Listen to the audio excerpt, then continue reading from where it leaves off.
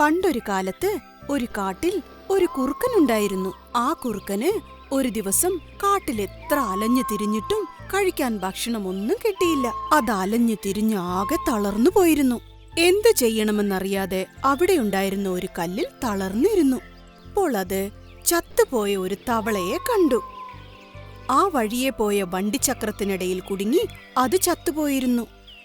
ചത്തുപോയ ആ തവളയെ ഒരു കാക്ക കൊത്തി തിന്നുകയായിരുന്നു. അത് കണ്ട കുറുക്കൻ ചത്തുപോയ തവളയെ തിന്നാനായി പതുക്കെ അങ്ങോട്ട് നടന്നു. കുറുക്കനെ കണ്ട ഉടൻ കാക്ക ഉടൻ തന്നെ അവിടുന്ന് സ്ഥലം വിട്ടു. അതൊരു മരത്തിന്റെ കൊമ്പിൽ പോയിരുന്നോണ്ട് കാ കാ എന്ന് കരയാൻ തുടങ്ങി. ചത്തുപോയ തവളയ്ക്കടുത്തേക്ക് ചെന്ന് കുറുക്കൻ അതിനെ മണത്തു നോക്കി. ഇത് കുറെ സമയം മുമ്പേ ചത്തുപോയി എന്ന് കരുതി അതിനെ തിന്നാൻ വേണ്ടി തന്റെ കാലുകൊണ്ട് അങ്ങോട്ടും ഇങ്ങോട്ടും തട്ടിക്കളിച്ചു.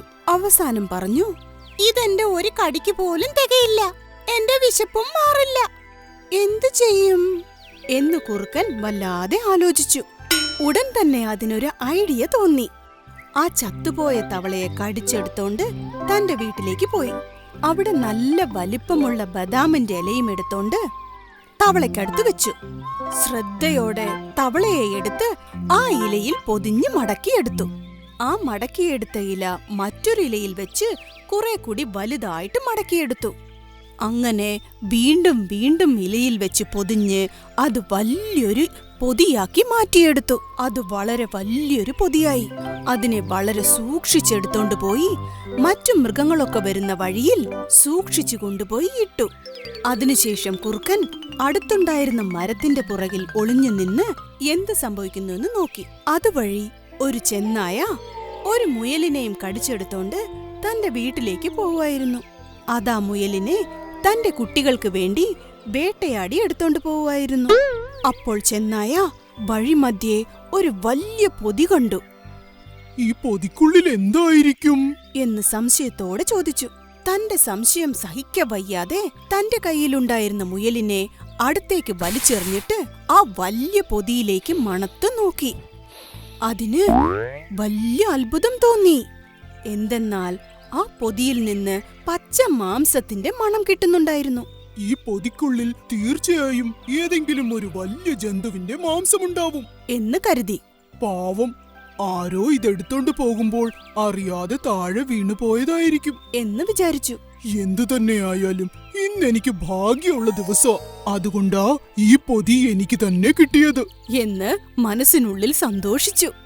ഉടൻ തന്നെ ഒട്ടും സമയം കളയാതെ ആ പൊതിക്കുള്ളിലുണ്ടായിരുന്ന മാംസം തന്റെ കുട്ടികൾക്ക് വിരുന്നായി നൽകാമെന്ന് കരുതി ആ വലിയ പൊതി അഴിച്ചു മാറ്റാൻ തുടങ്ങി.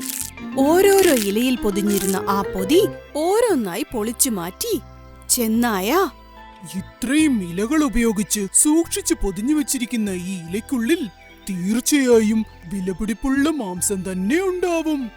ഇതിനുള്ളിൽ ആനയുടെ മസ്തിഷ്കമോ അല്ലെങ്കിൽ ഒരു പുലിയുടെ ഹൃദയമോ ഉണ്ടാവും. ഇതുപോലെയുള്ള മാംസം എന്നെ പോലെ ഭാഗ്യമുള്ളവനെ കിട്ടൂ എന്ന് സന്തോഷത്തോടെ ആ ഇലപ്പൊതി പയ്യെ അഴിക്കാൻ തുടങ്ങി. അത് പൊതിക്കുന്നതിനിടയിൽ ചുറ്റുമുണ്ടായിരുന്ന കാര്യങ്ങളെല്ലാം മറന്നുപോയി ചെന്നായ. ഈ കാര്യങ്ങളെല്ലാം മരത്തിനു പുറകിൽ നിന്ന് ശ്രദ്ധിച്ചുകൊണ്ടേയിരുന്ന കുറുക്കൻ പെട്ടെന്ന് ചാടി വീണ് ചെന്നായക്കടുത്തുണ്ടായിരുന്ന മുയലിനെ കടിച്ചെടുത്തോണ്ട് ദൂരേക്ക് ചാടി ഓടിപ്പോയി. ഇതൊന്നും ചെന്നായ ശ്രദ്ധിച്ചതേയില്ല. ആവേശത്തോടെ ഇലപ്പൊതി അഴിച്ചതുകൊണ്ട് അതിന്റെ വായ് മുഴുവൻ വല്ലാതെ വേദനിക്കാൻ തുടങ്ങി. അവസാനം കണ്ടപ്പോൾ ചെന്നായ്ക്ക് നിരാശ മാത്രമേ ബാക്കിയുണ്ടായിരുന്നുള്ളൂ. അത്രയും കഷ്ടപ്പെട്ട് പൊളിച്ചെടുത്ത പൊതിയിൽ വെറും ചത്തുപോയ ഒരു തവളയെ കണ്ട് ചെന്നായ വല്ലാതെ വിഷമിച്ചു. എന്താ ഇങ്ങനെ സംഭവിച്ചത്?